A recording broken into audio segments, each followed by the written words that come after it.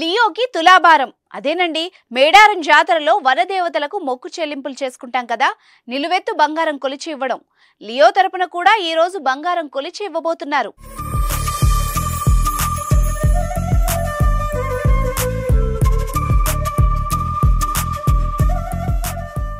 ఇదిగో ఈ బండి మీద పోతున్న దంపతులు పోషాల జ్యోతి, భిక్షపతి. వీరు బెల్లం కొలిచి ఇవ్వబోతోంది వీళ్ల కుటుంబ సభ్యుల్లో ఒకరిగా చూసుకునే వీరి పెట్ డాగ్ లియోకి. గజం కేవలం 4500 రూపాయలతో 165 గజాల భూమి కేవలం 8 లక్షలు మాత్రమే. పెట్ యానిమల్స్ ను పెంచుకునే వాళ్ళు వాటిని జాగ్రత్తగానే చూసుకుంటారు, కానీ చాలా తక్కువ మంది వాటిని కుటుంబ సభ్యుల్లో ఒకరిగా భావిస్తారు.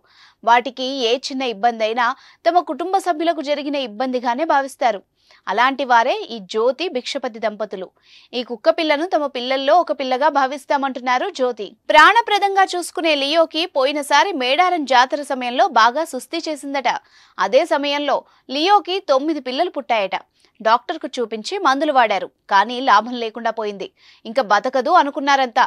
చేసేదేమీ లేక ఆ సమయంలో మేడారం వనదేవతలకు మొక్కుకున్నారు జ్యోతి దంపతులు. లియోకి ఆరోగ్యం బాగైతే నిలువెత్తు బంగారం, అదేనండి బెల్లం సమర్పిస్తామని. అంతే, టక్కుమని లేచి కూర్చుంది లియో. నెమ్మదిగా కోలుకుంది. అందరూ సంతోషపడ్డారు. జ్యోతి, భిక్షపతి కుటుంబంలో లియోని అందరూ ఒక కుక్కలా కాకుండా వారి పిల్లల్లో ఒక పిల్లగా చూసుకుంటారు. లియో కూడా చూడండి ఎంత చక్కగా చెప్పినట్టు వింటుందో, చక్కగా తన బరువు తూచడంలో సహకరిస్తుందో. ఆ తల్లుల మొక్కు చెల్లింపులో భాగంగా లియో బరువు ఎత్తు బంగారం జోకిచ్చి మేడారం పోయి మొక్కులు చెల్లించుకుంటున్నారు భిక్షపతి కుటుంబ సభ్యులు.